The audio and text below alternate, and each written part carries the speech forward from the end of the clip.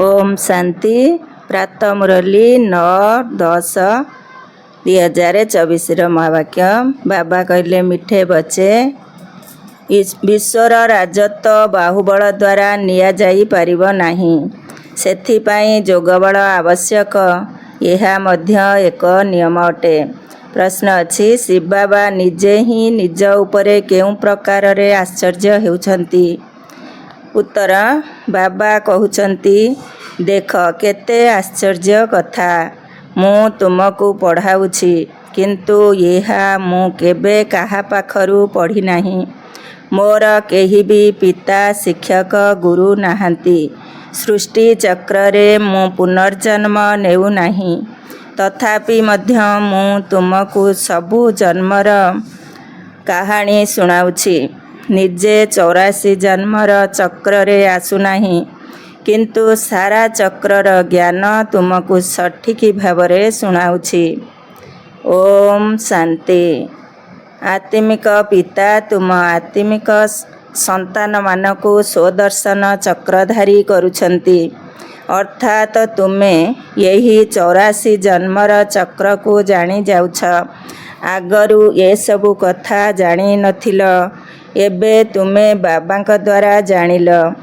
तेबे यही 84 जन्मर चक्र रे तुमे निश्चिंत भावरे आसुछ। वर्तमान मु तुम मानकु 84 जन्मर चक्रर ज्ञान देउछि। मु स्वदर्शन चक्रधारी अटे, किंतु वास्तव रे मु 84 जन्मर चक्र रे आसु नाही। तेणु एथिरु बुझी जिबा दरकार जे शिव बाबांक पाखरे संपूर्ण ज्ञान रहिछि। तुमे जानुछ, आमे ब्राह्मण माने वर्तमान स्वदर्शन चक्रधारी हेउछु। बाबा स्वदर्शन चक्रधारी हेउ नाहांती। पुणी तांक पाखरे अनुभव केउठारु आसिला? आमकु त अनुभव प्राप्त हेउछि।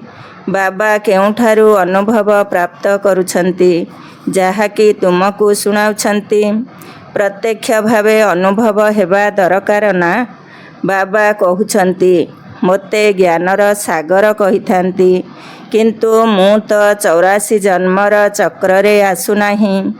तेबे मो भितरे एही ज्ञान केउठारु आसिला? शिक्षक माने शिक्षा देइथांती। तेबे निश्चिंत रूपे सिए आगरु शिक्षा नेइथांती ना। शिव बाबा किपरि पढ़िले? एहाकु किपरि 84 जन्म चक्र संबंधरे जना पड़िला, जेबे कि निजे 84 जन्मरे आसुनाहांती? तेबे बाबा बीजरूप होइथिबा कारणरू जानिथांती। निजे 84 जन्मर चक्र रे आसुनाहांती, किंतु तुमको सबु बुझाउछंती। एहा मध्य केते आश्चर्यर कथा। एपरि भी नुहे, बाबा कौनसी शास्त्र आदि पढ़िछंती। कुहा जाइथाए, ड्रामानुसारे तांक भितरे एही ज्ञान पूर्वरु गच्छित रहिछि, जाहाकि तुमको सुनाउछंती। तेबे आश्चर्यजनक शिक्षक हेले ना? आश्चर्य हेबा कथा ना। एहाकु बड़ बड़ नाम दिया जाइछि, ईश्वर, प्रभु, अंतर्जामी आदि आदि। तुमे आश्चर्य हेउछ जे ईश्वरंक ठारे किभଳି समस्त ज्ञान भरी होई रहिछि। तांक भितरे केउठारु ज्ञान आसिला, जाहा तुमको बुझाउछंती? तांकर त केही बापा मध्य नाहांती, जाहांक ठारु जन्म नेले भी बुझिले। तुमे सबु भाई भाई अट। सेही जणे किपरि तुमर पिता अटंती। सृष्टि रूपी वृक्षर बीज रूप मध्य अटंती। केते ज्ञान बसी पिलामानकु सुनाउछंती। कहउछंती 84 जन्म मु नेउ नाही, तुमे नेउछ। तेबे निश्चिंत प्रश्न उठिब ना, बाबा आपण किपरि जानिले? बाबा कहउछंती, पिलामाने अनादि ड्रामा अनुजाई मो भितरे प्रथमरु यही ज्ञान भरी होई रहिछि, ଯାହାକି ତୁମମାନଙ୍କୁ ପଢ଼ାଉଛି। ସେଥିପାଇଁ ତ ମୋତେ ସର୍ବୋଚ୍ଚ ଭଗବାନ କୁହାଯାଉଛି। ନିଜେ ଚକ୍ରରେ ଆସୁନାହାନ୍ତି, କିନ୍ତୁ ତାଙ୍କ ଭିତରେ ସାରା ସୃଷ୍ଟିର ଆଦି ମଧ୍ୟ ଅନ୍ତର ଜ୍ଞାନ ରହିଛି। ତେଣୁ ତୁମମାନଙ୍କୁ କେତେ ଖୁସି ହେବା ଦରକାର। ତାଙ୍କୁ 84 ଜନ୍ମର ଚକ୍ରର ଜ୍ଞାନ କେଉଁଠାରୁ ମିଳିଲା? ତୁମକୁ ତ ବାବାଙ୍କଠାରୁ ଜ୍ଞାନ ମିଳିଲା। ତେବେ ବାବାଙ୍କଠାରେ ଜ୍ଞାନ ସ୍ୱତଃ ବିଦ୍ୟମାନ ରହିଛି। ତାଙ୍କୁ କୁହାଯାଇଥାଏ ଜ୍ଞାନର ସାଗର। ସିଏ କେଉଁଠାରୁ ପଢ଼ି ବି ନାହାନ୍ତି, ତଥାପି ବି ତାଙ୍କୁ ସ୍ୱତଃ ଜଣାଅଛି। ତେଣୁ ଜ୍ଞାନର ସାଗର କୁହାଯାଇଥାଏ। ଏହା ଆଶ୍ଚର୍ଯ୍ୟର କଥା ନା? ତେଣୁ ଏହାକୁ ସର୍ବୋଚ୍ଚ ଶିକ୍ଷା କୁହାଯାଇଥାଏ। ପିଲାମାନଙ୍କୁ ବାବାଙ୍କ ଉପରେ ଆଶ୍ଚର୍ଯ୍ୟ ଲାଗୁଛି। ତାଙ୍କୁ କାହିଁକି ଜ୍ଞାନର ସାଗର କୁହାଯାଉଛି? ପ୍ରଥମତଃ ଏହା ବୁଝିବାର କଥା। ଦ୍ୱିତୀୟରେ ପୁଣି କି କଥା ରହିଛି? ଏହି ତ୍ରିମୂର୍ତ୍ତି ଚିତ୍ର ତୁମେ ଦେଖାଇଲେ କେହି କେହି ପଚାରିବେ ଯେ ବ୍ରହ୍ମାଙ୍କ ଭିତରେ ତ ତାଙ୍କର ଆତ୍ମା ଥିବ, ଏବଂ ଇଏ ଯିଏ ନାରାୟଣ ହେଉଛନ୍ତି ତାଙ୍କ ଭିତରେ ମଧ୍ୟ ଆତ୍ମା ଥିବ। ଦୁଇଟି ଆତ୍ମା ହେଲେ ନା? ଗୋଟିଏ ବ୍ରହ୍ମାଙ୍କର ଆଉ ଗୋଟିଏ ନାରାୟଣଙ୍କର। କିନ୍ତୁ ବିଚାର କରନ୍ତୁ, ଏମାନେ କିଛି ଦୁଇଟି ଆତ୍ମା ନୁହନ୍ତି, ଆତ୍ମା ତ ଗୋଟିଏ। ଏହା ଏକ ଦେବତା ବିଷ୍ଣୁର ଚିତ୍ର ରୂପରେ ନମୁନା ଦେଖାଯାଉଛି। ଇଏ ବ୍ରହ୍ମାରୁ ବିଷ୍ଣୁ ଅର୍ଥାତ୍ ନାରାୟଣ ହେଉଛନ୍ତି। ଏହାକୁ କୁହାଯାଉଛି ଗୁହ୍ୟ କଥା। ବାବା ବହୁତ ଗୁହ୍ୟ ଜ୍ଞାନ ଶୁଣାଉଛନ୍ତି, ଯାହା ବାବାଙ୍କ ବିନା ଆଉ କେହି ପଢ଼ାଇ ପାରିବେ ନାହିଁ। ତେଣୁ ବ୍ରହ୍ମା ଓ ବିଷ୍ଣୁ ଦୁଇଜଣ ଆତ୍ମା ନୁହନ୍ତି। ସେହିଭଳି ସରସ୍ୱତୀ ଓ ଲକ୍ଷ୍ମୀ ଉଭୟଙ୍କର ଦୁଇଟି ଆତ୍ମା ନା? ଗୋଟିଏ। ଆତ୍ମା ତ ଗୋଟିଏ, ଶରୀର ଦୁଇଟି। ଏହି ସରସ୍ୱତୀ ହିଁ ପୁଣି ଲକ୍ଷ୍ମୀ ହେଉଛନ୍ତି। ତେଣୁ ଗୋଟିଏ ଆତ୍ମା ଗଣାଯିବ। 84 ଜନ୍ମ ଗୋଟିଏ ଆତ୍ମା ହିଁ ନେଉଛି। ଏହା ବହୁତ ବୁଝିବାର କଥା। ବ୍ରାହ୍ମଣରୁ ଦେବତା, ଦେବତାରୁ କ୍ଷତ୍ରିୟ ହୋଇଥାନ୍ତି। ଆତ୍ମା ଗୋଟିଏ ଶରୀର ଛାଡ଼ି ଅନ୍ୟ ଏକ ଶରୀର ନେଇଥାଏ। ଆତ୍ମା ଗୋଟିଏ ହିଁ ଅଟେ। ଏହି ଗୋଟିଏ ନମୁନା ଦେଖାଇ ଦିଆଯାଇଛି। କିଭଳି ବ୍ରାହ୍ମଣରୁ ଦେବତା ହେଉଛନ୍ତି। ହମ୍ସ-ର ଅର୍ଥ କେତେ ସୁନ୍ଦର। ଏହାକୁ କୁହାଯାଇଥାଏ ଗୁହ୍ୟରୁ ଗୁହ୍ୟ କଥା। ଏଥିରେ ମଧ୍ୟ ପ୍ରଥମେ ଏହା ବୁଝିବା ଦରକାର ଯେ ଆମେ ଏକ ପିତାଙ୍କର ସନ୍ତାନ ଅଟୁ। ସବୁ ଆତ୍ମାମାନେ ବାସ୍ତବରେ ପରମଧାମର ନିବାସୀ ଅଟନ୍ତି, ଯେଉଁମାନେ କି ଏଠାକୁ ଅଭିନୟ କରିବାକୁ ଆସିଛନ୍ତି। ଏହା ଏକ ଖେଳ ଅଟେ। ବାବା ବସି ତୁମକୁ ଏହି ଖେଳର ସମାଚାର ଶୁଣାଉଛନ୍ତି। ବାବା ତ ସ୍ୱତଃ ଜାଣିଛନ୍ତି, ତାଙ୍କୁ କେହି ଶିଖାଇ ନାହାନ୍ତି। ଏହି 84 ଜନ୍ମର ଚକ୍ରକୁ ସିଏ ହିଁ ଜାଣିଛନ୍ତି, ଯିଏକି ଏହି ସମୟରେ ତୁମକୁ ଶୁଣାଉଛନ୍ତି। ପୁଣି ତୁମେ ଭୁଲି ଯାଉଛ। ତେଣୁ ତାର ଶାସ୍ତ୍ର କିପରି ତିଆରି ହୋଇପାରିବ? ବାବା ତ କୌଣସି ଶାସ୍ତ୍ର ପଢ଼ି ନାହାନ୍ତି, ପୁଣି କିପରି ଆସି ନୂଆ ନୂଆ କଥା ଶୁଣାଉଛନ୍ତି? ଅଧାକଳ୍ପ ହେଉଛି ଭକ୍ତି ମାର୍ଗ, ଏକଥା ମଧ୍ୟ ଶାସ୍ତ୍ରରେ ନାହିଁ। ରାମାନୁଜାଇ ଏହି ଶାସ୍ତ୍ର ମଧ୍ୟ ଭକ୍ତି ମାର୍ଗରେ ତିଆରି ହୋଇଛି। ତୁମ ବୁଦ୍ଧିରେ ଆରମ୍ଭରୁ ନେଇ ଶେଷ ପର୍ଯ୍ୟନ୍ତ ଏହି ଡ୍ରାମାର ବିଶାଳ ଜ୍ଞାନ ରହିଛି। ତାଙ୍କୁ ନିଶ୍ଚିନ୍ତ ମନୁଷ୍ୟ ଶରୀରର ଆଧାର ନେବାକୁ ପଡ଼ିବ। ଶିବବାବା ଏହି ବ୍ରହ୍ମାଙ୍କ ଶରୀରରେ ବସି ଏହି ସୃଷ୍ଟିଚକ୍ରର ଜ୍ଞାନ ଶୁଣାଉଛନ୍ତି। ଲୋକମାନେ ତ କାହାଣୀ ଶୁଣାଇ ଶୁଣାଇ ସୃଷ୍ଟିର ଆୟୁଷ କେତେ ଲମ୍ବା କରିଦେଇଛନ୍ତି। ନୂଆ ଦୁନିଆ ହିଁ ପୁଣି ପୁରୁଣା ଦୁନିଆ ହୋଇଥାଏ। ନୂଆ ଦୁନିଆକୁ କୁହାଯାଇଥାଏ ସ୍ୱର୍ଗ, ପୁରୁଣା ଦୁନିଆକୁ ନର୍କ କୁହାଯାଇଥାଏ। ଦୁନିଆ ତ ଗୋଟିଏ। ନୂଆ ଦୁନିଆରେ ଦେବୀ ଦେବତାମାନେ ରହିଥାନ୍ତି। ସେଠାରେ ଅପାର ସୁଖ ଥାଏ। ସାରା ସୃଷ୍ଟି ନୂଆ ହୋଇଥାଏ। ଏବେ ଏହାକୁ ପୁରୁଣା କୁହାଯିବ। ନାମ ହିଁ ହେଉଛି ଲୌହ ଯୁଗୀ ଦୁନିଆ। ଯେପରି ନୂଆ ଦିଲ୍ଲୀ ଓ ପୁରୁଣା ଦିଲ୍ଲୀ କୁହାଯାଇଛି। ବାବା ବୁଝାଉଛନ୍ତି, ମିଠା ମିଠା ସନ୍ତାନଗଣ, ନୂଆ ଦୁନିଆରେ ନୂଆ ଦିଲ୍ଲୀ ହେବ। ଏଠାରେ ତ ପୁରୁଣା ଦୁନିଆରେ ହିଁ କହୁଛନ୍ତି ନୂଆ ଦିଲ୍ଲୀ। ଏହାକୁ ନୂଆ କିପରି କୁହାଯିବ? ବାବା ବୁଝାଉଛନ୍ତି, ନୂଆ ଦୁନିଆରେ ନୂଆ ଦିଲ୍ଲୀ ହେବ। ସେଠାରେ ଏହି ଲକ୍ଷ୍ମୀନାରାୟଣ ରାଜତ୍ୱ କରିବେ। ତାକୁ କୁହାଯିବ ସତ୍ୟଯୁଗ। ତୁମେ ଏହି ସାରା ଭାରତରେ ରାଜତ୍ୱ କରିବ। ତୁମର ରାଜଧାନୀ ଯମୁନା କୂଳରେ ହେବ। ଅନ୍ତିମ ସମୟ ପର୍ଯ୍ୟନ୍ତ ରାବଣ ରାଜ୍ୟର ରାଜଧାନୀ ମଧ୍ୟ ଏହିଠାରେ ହିଁ ଚାଲିଛି। ରାମ ରାଜ୍ୟର ରାଜଧାନୀ ମଧ୍ୟ ଏହିଠାରେ ହିଁ ରହିବ। କିନ୍ତୁ ଏହାର ନାମ ଦିଲ୍ଲୀ ରହିବ ନାହିଁ, ତାକୁ ପରିସ୍ଥାନ କୁହାଯିବ। ପୁଣି ଯିଏ ଯେପରି ରାଜା ହୋଇଥାନ୍ତି, ସେ ନିଜ ରାଜଧାନୀର ନାମ ସେହିପରି ରଖିଥାନ୍ତି। ଏହି ସମୟରେ ତୁମେ ସବୁ ପୁରୁଣା ଦୁନିଆରେ ଅଛ। ନୂଆ ଦୁନିଆକୁ ଯିବା ପାଇଁ ତୁମେ ପାଠ ପଢ଼ୁଛ। ପୁନର୍ବାର ମନୁଷ୍ୟରୁ ଦେବତା ହେଉଛ। ତୁମର ଶିକ୍ଷାଦାତା ଏକମାତ୍ର ବାବା। ତୁମେ ଜାଣୁଛ, ଉଚ୍ଚରୁ ଉଚ୍ଚ ବାବା ତଳକୁ ଆସି ରାଜଯୋଗ ଶିଖାଉଛନ୍ତି। ଏବେ ତୁମେ ସଙ୍ଗମ ଯୁଗରେ ଅଛ, ଯେତେବେଳେ କି କଳିଯୁଗ ପୁରୁଣା ଦୁନିଆ ବିନାଶ ହେବାକୁ ଯାଉଛି। ବାବା ଏହାର ହିସାବ ମଧ୍ୟ ବତାଉଛନ୍ତି। ମୁଁ ବ୍ରହ୍ମାଙ୍କ ଶରୀରରେ ଆସୁଛି। ମନୁଷ୍ୟମାନଙ୍କୁ ଜଣା ହିଁ ନାହିଁ କି ବ୍ରହ୍ମା କିଏ। ଶୁଣୁଛନ୍ତି ପ୍ରଜାପିତା ବ୍ରହ୍ମା। ତୁମେ ବ୍ରହ୍ମାଙ୍କର ପ୍ରଜା ଅଟନା। ତେଣୁ ନିଜକୁ ବ୍ରହ୍ମା କୁମାର କୁମାରୀ ବୋଲି କହୁଛ। ନିରାକାର ଆତ୍ମା ରୂପରେ ତୁମେ ବାସ୍ତବରେ ଶିବ ବାବାଙ୍କର ସନ୍ତାନ ଶିବବଂଶୀ ଅଟ। ପୁଣି ସାକାରରେ ପ୍ରଜାପିତା ବ୍ରହ୍ମାଙ୍କର ସନ୍ତାନ ଭାଇ ଭଉଣୀ ଅଟ। ତୁମର ଆଉ କୌଣସି ସମ୍ବନ୍ଧ ନାହିଁ। ଏହି ସମୟରେ ତୁମେ ଏହି କଳିଯୁଗୀ ସମ୍ବନ୍ଧକୁ ଭୁଲୁଛ, କାହିଁକି ନା ଏଥିରେ ବନ୍ଧନ ରହିଛି। ତୁମେ ନୂଆ ଦୁନିଆକୁ ଯାଉଛ। ବ୍ରାହ୍ମଣମାନେ ଚୁଟି ରଖିଥାନ୍ତି। ଚୁଟି ବ୍ରାହ୍ମଣମାନଙ୍କର ଚିହ୍ନ ଅଟେ। ତୁମମାନଙ୍କର ଏହା ବ୍ରାହ୍ମଣ କୁଳ ଅଟେ। ସେମାନେ ହେଉଛନ୍ତି କଳିଯୁଗୀ ବ୍ରାହ୍ମଣ। ସାଧାରଣତଃ ବ୍ରାହ୍ମଣମାନେ ପଣ୍ଡା ହୋଇଥାନ୍ତି। ଗୋଟିଏ ପ୍ରକାରର ବ୍ରାହ୍ମଣ ଭୋଜନ ଖାଇଥାନ୍ତି, ଆଉ ଗୋଟିଏ ପ୍ରକାରର ବ୍ରାହ୍ମଣ ଗୀତା ଶୁଣାଇଥାନ୍ତି।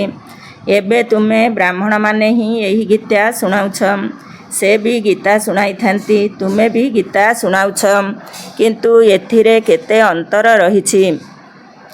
ତୁମେ କହୁଛ ଶ୍ରୀକୃଷ୍ଣଙ୍କୁ ଭଗବାନ କୁହାଯାଇ ପାରିବ ନାହିଁ। କୃଷ୍ଣଙ୍କୁ ଦେବତା କୁହାଯାଏ। ତାଙ୍କଠାରେ ଦିବ୍ୟଗୁଣ ଅଛି। ତାଙ୍କୁ ତ ଏହି ଚକ୍ଷୁରେ ଦେଖାଯାଇ ପାରିବ। ଶିବଙ୍କ ମନ୍ଦିରରେ ଦେଖିବ, ଶିବଙ୍କର ଶରୀର ନଥାଏ। ସେ ହେଉଛନ୍ତି ପରମ ଆତ୍ମା, ଅର୍ଥାତ୍ ପରମାତ୍ମା। ଈଶ୍ୱର, ପ୍ରଭୁ, ଭଗବାନ ଆଦି ଶବ୍ଦର କୌଣସି ଅର୍ଥ ବାହାରୁ ନାହିଁ। ପରମାତ୍ମା ହିଁ ସର୍ବୋଚ୍ଚ ଆତ୍ମା ଅଟନ୍ତି। ତୁମେ ସର୍ବୋଚ୍ଚ ନୁହେଁ। ତାଙ୍କ ଆତ୍ମା ଓ ତୁମ ଆତ୍ମାରେ ଦେଖ କେତେ ଅନ୍ତର ରହିଛି। ତୁମେ ଆତ୍ମାମାନେ ଏବେ ପରମାତ୍ମାଙ୍କଠାରୁ ଶିଖୁଛ। ସେ କାହାଠାରୁ ଶିଖି ନାହାନ୍ତି। ସେ ତ ପିତା ଅଟନ୍ତି ନା। ସେହି ପରମ ପିତା ପରମାତ୍ମାକୁ ତୁମେ ପିତା ବି କହୁଛ, ଶିକ୍ଷକ ବି କହୁଛ ଏବଂ ଗୁରୁ ମଧ୍ୟ କହୁଛ। କିନ୍ତୁ ସେ ଜଣେ ହିଁ ଅଟନ୍ତି। ଆଉ କୌଣସି ବି ଆତ୍ମା ପିତା, ଶିକ୍ଷକ ଏବଂ ଗୁରୁ ହୋଇପାରିବେ ନାହିଁ। ଏକମାତ୍ର ହିଁ ପରମ ଆତ୍ମା, ଯାହାଙ୍କୁ କୁହାଯାଉଛି ସର୍ବୋଚ୍ଚ। ପ୍ରତ୍ୟେକଙ୍କୁ ପ୍ରଥମେ ବାପା ଦରକାର, ପୁଣି ଶିକ୍ଷକ, ପରେ ପୁଣି ଦରକାର ଗୁରୁ। ବାବା ମଧ୍ୟ କହୁଛନ୍ତି, ମୁଁ ତୁମର ପିତା ହେଉଛି, ଶିକ୍ଷକ ହେଉଛି ଏବଂ ସଦ୍ଗତି ଦାତା ସଦ୍ଗୁରୁ ମଧ୍ୟ ହେଉଛି। ସଦ୍ଗତି ଦାତା ଗୁରୁ ହିଁ ହେଉଛନ୍ତି ଜଣେ, ବାକି ତ ଗୁରୁ ଅନେକ ଅଛନ୍ତି। ବାବା କହୁଛନ୍ତି, ମୁଁ ତୁମ ସମସ୍ତଙ୍କୁ ସଦ୍ଗତି ଦେଉଛି। ତୁମେ ସବୁ ସତ୍ୟଯୁଗକୁ ଯିବ, ବାକି ସବୁ ଯିବେ ଶାନ୍ତିଧାମକୁ, ଯାହାକୁ ପରମଧାମ କୁହାଯାଏ। ସତ୍ୟଯୁଗରେ ଆଦି ସନାତନ ଦେବୀ ଦେବତା ଧର୍ମ ଥିଲା, ବାକି ସେଠାରେ ଅନ୍ୟ କୌଣସି ଧର୍ମ ରହିବ ନାହିଁ ଏବଂ ସବୁ ଆତ୍ମା ମୁକ୍ତିଧାମକୁ ଚାଲିଯିବେ। ସଦ୍ଗତି କୁହାଯାଏ ସତ୍ୟଯୁଗକୁ। ପୁଣି ଅଭିନୟ କରି କରି ଦୁର୍ଗତିକୁ ଆସିଯାଉଛନ୍ତି। ତୁମେ ହିଁ ସଦ୍ଗତିରୁ ପୁଣି ଦୁର୍ଗତିକୁ ଆସୁଛ। ତୁମେ ହିଁ ପୁରା 84 ଜନ୍ମ ନେଉଛ। ସେହି ସମୟରେ ତ ପ୍ରଥମେ 9 ଲକ୍ଷ ଆସିବେ, ଯଥା ରାଜାରାଣୀ ତଥା ପ୍ରଜା। 84 ଜନ୍ମ 9 ଲକ୍ଷ ତ ନେବେ ନା। ପୁଣି ଅନ୍ୟମାନେ ଆସିବେ। ଏହି ହିସାବ କରାଯାଇଥାଏ, ଯାହାକି ବାବା ବୁଝାଉଛନ୍ତି। ସମସ୍ତେ ତ 84 ଜନ୍ମ ନେଇନଥାନ୍ତି। ପ୍ରଥମରୁ ଆସୁଥିବା ଆତ୍ମାମାନେ ହିଁ 84 ଜନ୍ମ ନେଇଥାନ୍ତି। ପୁଣି କମି କମି ଯାଇଥାଏ। ସର୍ବାଧିକ ଜନ୍ମ 84 ଅଟେ। ଏହି ସବୁ କଥା ଅନ୍ୟ ମଣିଷମାନେ ଜାଣିନାହାନ୍ତି। ବାବା ହିଁ ଏସବୁ କଥା ବୁଝାଉଛନ୍ତି। ଗୀତାରେ ଅଛି ଭଗବାନ ଉବାଚ, ଏବେ ତୁମେ ଜାଣିଗଲଣି। ଆଦି ସନାତନ ଦେବୀ ଦେବତା ଧର୍ମ କୃଷ୍ଣ ରଚନା କରିନାହାନ୍ତି, ଏହା ତ ବାବା ହିଁ ସ୍ଥାପନ କରୁଛନ୍ତି। କୃଷ୍ଣଙ୍କର ଆତ୍ମା 84 ଜନ୍ମର ଅନ୍ତ ସମୟରେ ଏହି ଜ୍ଞାନ ଶୁଣୁଛନ୍ତି, ଯିଏକି ପ୍ରଥମ ନମ୍ବରରେ ଆସୁଛନ୍ତି। ଏହା ବୁଝିବାର କଥା ଅଟେ। ତେଣୁ ପ୍ରତ୍ୟେକ ଦିନ ପଢ଼ିବା କଥା। ତୁମେ ଭଗବାନଙ୍କର ଛାତ୍ର ଅଟ।